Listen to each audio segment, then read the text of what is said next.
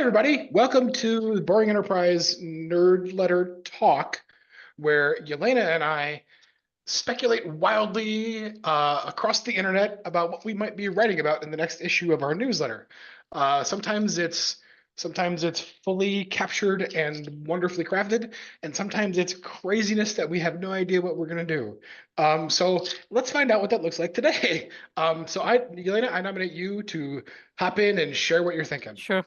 Yep. Let's do that thing. Obviously, big, huge story of the day is SAP CTO departure, which was pretty sudden, I think, for most people.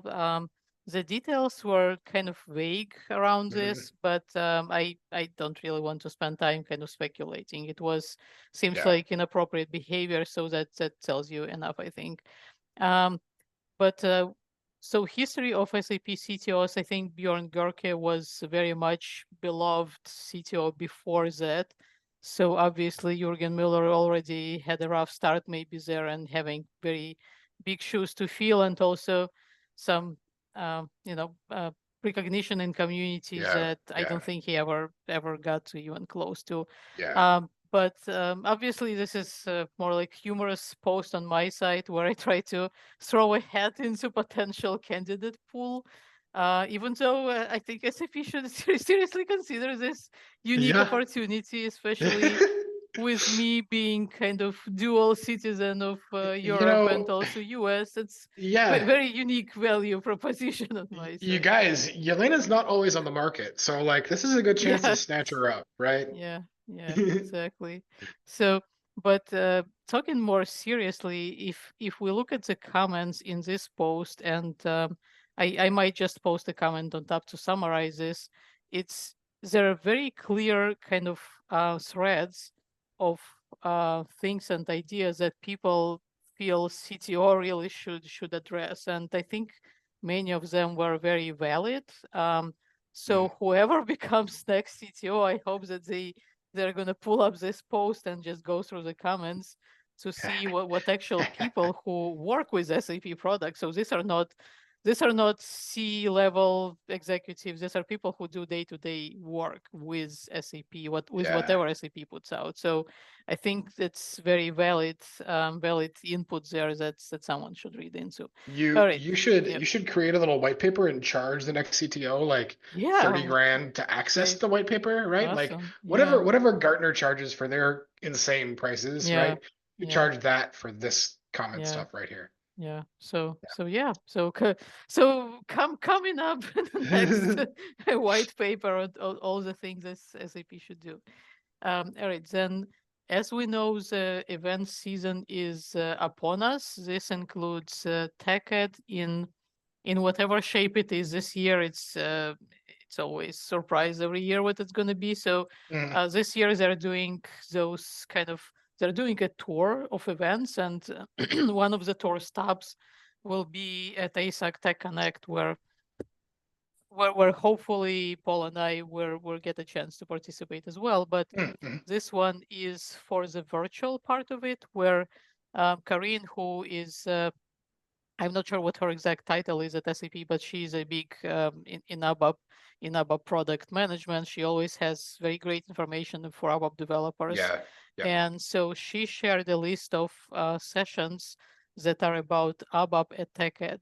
I think that's really helpful. I looked at the TechEd agenda before that myself, and honestly, it looked a little bit sad for me as mostly ABAP developer, because it's even if there is ABAP, it's always like ABAP and something, as if ABAP by Yeah. itself is not enough anymore. Yeah. And I don't think it's true. I think there's a lot of things going on actually in ABAP. There was major release just recently with some new features, et cetera, et cetera. So, and there are lots of things to talk about from the years, from all the 40 years of ABAP. It's really kind of, I think, bottomless I basket of know. goodness There's of all the subjects and potential conversations. So you I kind of, guys, the yeah, sessions write themselves, you guys. Yeah. exactly. You just reach out there and you can pull out like any random stuff, and people will show up and they will talk your ear off about this. So, Yeah. but in absence of that basket. This is, I think, the next big thing. So really helpful post with Karin's highlights of the event. So if you are struggling to set up your agenda, there you go. That will be Yeah, helpful to you. very And the helpful. third story is since we already have like SAP overload. I thought I would kind of venture into non-SAP and maybe not really tech subjects. So this is about agile. In a way, it's really great article that I stumbled upon on LinkedIn. It doesn't always happen that LinkedIn articles are good. So Yeah. I think when they are, it's worth highlighting. So what But reaches, but yeah, you guys should subscribe to our LinkedIn thing. yes, it's Like ours yeah. is the exception to the rule, just so you guys. Exactly, exactly. Yeah. So ours is one of the good guys. Yeah. Um, so what Rich is writing about here specifically, it's about the term prioritization. So he jokingly says that he wants to kind of get rid of the term, but he explains the difference between what he calls prioritize in versus prioritize out. And at first, when I started reading this, like, how do you want to get rid of prioritization? Because I think it's important. It's kind of what makes those projects run in a meaningful way. But then when I Mhm. read through, I understood his point finally. So what he's trying to say is what kind of users and customer side of the agile process think about prioritization. It's like we need to cram this stuff into having this done, into making this happen. But what the maker side thinks about prioritization, it's more like let's highlight a few important items and drop like 90% sometimes of the Yeah. garbage ideas that are sitting in the backlog that really no one ever is going to touch in any meaningful way. So there is a great disconnect. And he talks about the pure just math Huge. here that, Huge. yeah, customers try to get like 90% of the stuff, but it's almost the opposite for makers. So I think really great article with many nice, um, insights and light humor sprinkling. So yeah, so that's my third story of the day. All right, Beautiful. so that's Beautiful. all for me, and Here over to you, Paul. comes me. Uh, yes, I know I can't go an issue without talking about generative AI. Come on, Paul. But here's Again. here's the interesting thing is that this thing from Capgemini is specifically about using Gen AI to accelerate SAP projects, like large transformation projects. Essentially, that means S4. That's a transformation Mhm. project, right? And so I I look at this and I smell like heaping piles of BS, heaping piles of BS, because there's this interesting mix of like I see the potential here for this stuff. And I've poked a bunch of these things. But when I read this, I'm like, yeah, you haven't done this. Right? I read this and I'm like, you're not writing this from a perspective of like, look at what we've done. Yeah. You're writing this from a perspective of like, wouldn't it be great if? Yeah. Essentially, wouldn't it Yeah. be great if, right? I Yeah. mean, that it tries to focus on like we view it as this and our approach is this. But if people start talking about approach, I usually take that to mean talk to me when you've done it, right? Mm. Especially when it comes from people like Capgemini, Accenture, PwC, Deloitte. Like, I don't believe you unless you just show a video of the thing actually happening, Yeah. right? You had me there for a second. I'm like, what? Like, Gemini put some interesting stuff, but yeah, I'm just looking at Yeah. some quotes from there. They're talking about work breakdown structures, and I'm like, ooh, like, okay, There's a good one here. swiftly losing interest. Yeah. Here's the perfect microcosm of this thing. Mm-hmm. This is about they've done what they've kind of learned or whatever investments in roadmaps and stuff. They say about upskilling the workforce to use generative AI. Our research shows that limited data and AI talent, skills, and knowledge pose a significant obstacle to widespread adoption of generative AI.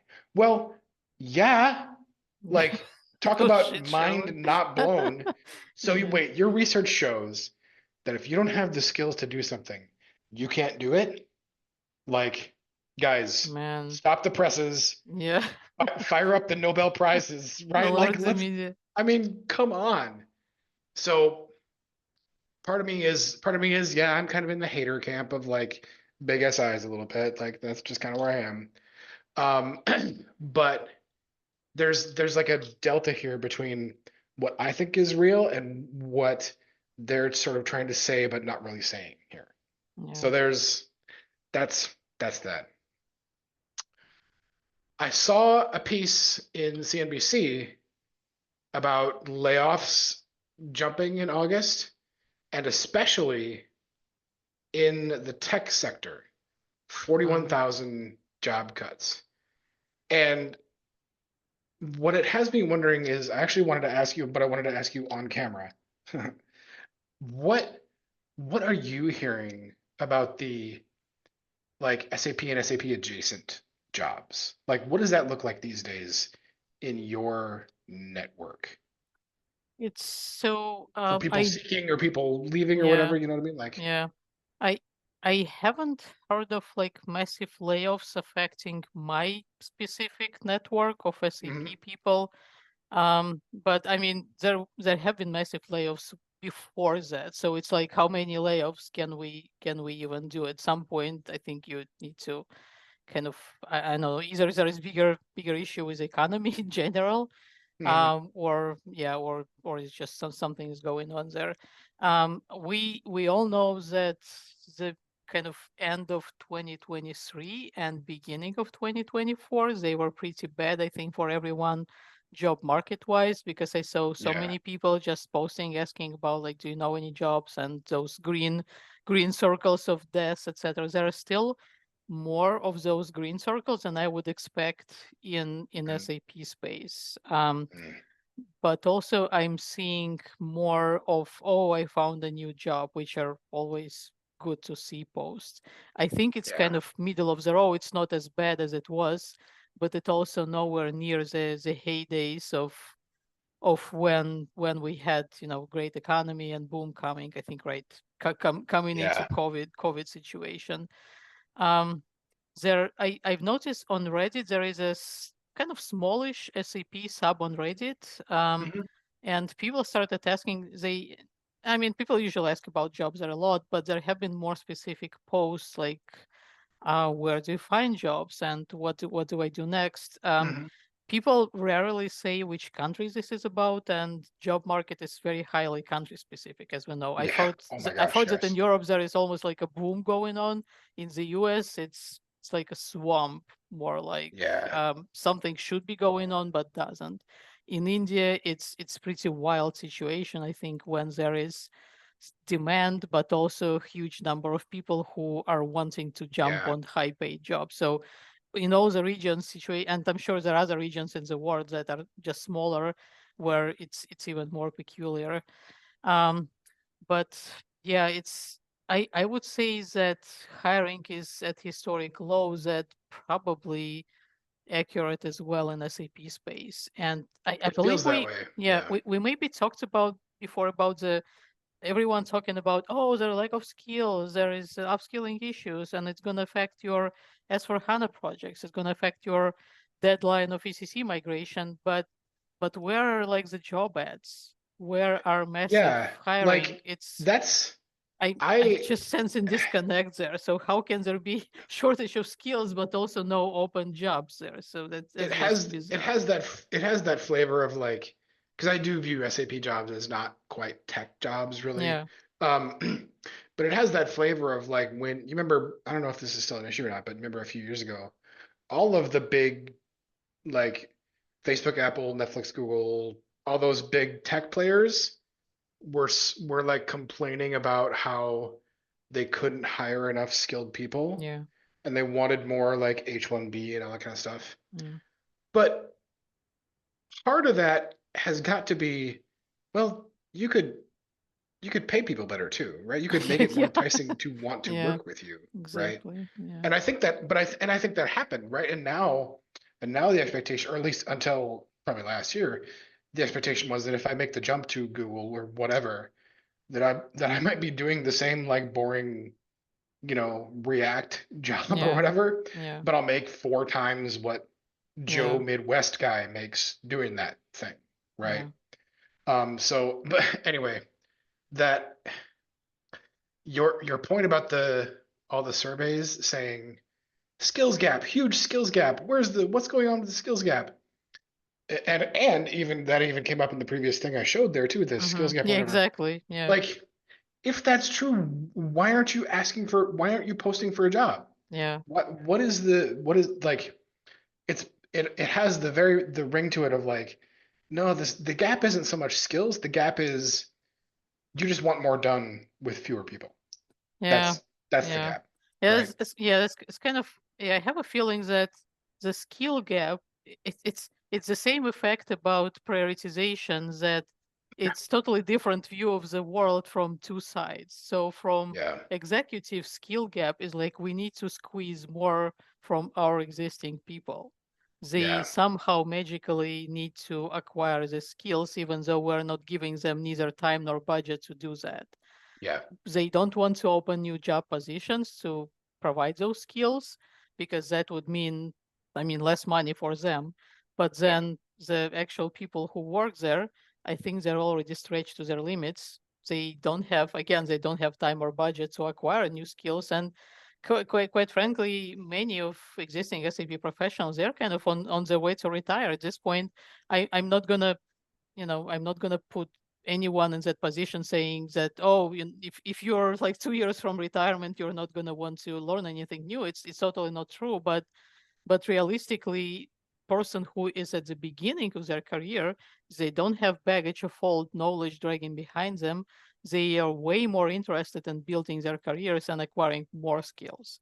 They And don't have also, grandkids yet. yeah, You know what I mean? exactly. Like, And yeah, the important part to acknowledge here is the skill acquisition process is totally different for different age categories and for yeah, different places in their career. So people who are kind of in more mature professionals, they would be looking for different layer of skills. They would look yeah. to supplement what they already know, because it's more effective way to get more knowledge for them. They don't necessarily would just drop everything and start something completely new, but that is have to do with, again, the style of kind of knowledge and skill acquisition, and just what is in the future for that specific person. So, and yeah, I don't think there is any kind of effort really going on the side of people who are screaming about lack of skills to remediate the situation. That's what I'm seeing. And No. so I I guess when you're saying, oh, we don't have enough skills, the next question is to ask yourself, what are you doing about this? Yeah, If you're in a leadership position, it's not the problem of your workforce, it's your problem. yeah. Not enabling people, not providing them, not hiring new people when need to be. So I Yep. don't know, something that needs to be said here. Rah, rah, rah, rah. Rah, rah, Yeah. rah, rah, rah, rah. So my final thing, on a much lighter note, is I love using ABAP to make poems and to rewrite Shakespeare. I just love the language of ABAP being so wordy. And so, as I've done in the past, one of my stories will be more ABAP haikus. Mm, And I will choose different themes this time. Um, but whereas in the past using I kind of wrote with I tried to make AI do some of the work. This mm. time I'm making myself do more of the work and then kind of having the AI critique it for me, right? Mm. Critique my artistry in this stuff. And I've done a couple, and so far using the AI to critique my thing has led to, okay, I can tweak this to be a little bit better here, right? That kind of Yeah. stuff. And that's exactly the slot that I want AI to fill for me when I do writing or whatever. Is like I have to be the person with the volition to say, I want to write about the changing of the seasons from summer to autumn, right? Mm. And give myself a weird constraint of like only using ABAP keywords to make that haiku, and then have somebody read it over. And in this case, the somebody is a bunch of GPUs in a data center, right? and say, did you pick, what about this? Oh yeah, oh, that's great. I could, and then if I switch, like, that's what I need. And I'm happy to use AI for that level Yeah. of stuff, not for creating it whole Yeah. cloth. Blech. No thanks. So that anyway, so that's my last thing is Awesome. Okay. Part two of ABAP poetry. Nice. yeah. Awesome. But that should be, by the way, we should do like as we create collections of our various things, right? We'll have to do like an ABAP does X, right? ABAP, Yeah. yeah. Anyway, so that's guys, that's our upcoming issue. I'm sure things will tweak and twist around a little bit, but that's what we're thinking about and we're still writing about. So like, subscribe, share, send money, tell your grandma about us, all that kind of stuff. And we will see you very soon. Thank you. Bye.